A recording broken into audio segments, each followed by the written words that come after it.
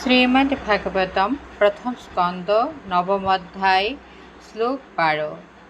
ওহো কষ্টম ওহো অন্যয়ম ইয়ত ইয়ম ধর্মনন্দনা জীবিতুম ন অহর্ত ক্লিষ্টম বিপ্রধর্মাচ্যুত আশ্রয়া।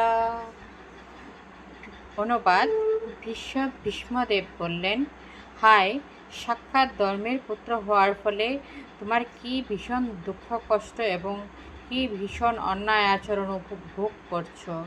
সেই ভয়ঙ্কর অবস্থার মধ্যে তোমাদের জীবিত থাকার কথা নয়, তবু ব্রাহ্মণ, ভগবান এবং ধর্মের দ্বারাই তোমরা সুরক্ষিত হয়েছিলে। ওহো হায় কষ্টম, কি ভীষণ দুঃখ কষ্ট। ওহো আহা অন্যায়ম, কি ভীষণ অন্যায়। ইয়ত, তার ফলে। ইয়ম, তোমরা পুণ্যাত্মারা। ধর্মনন্দনা, ধর্মপুত্রেরা। জীবিতম, জীবন ধারণের জন্য।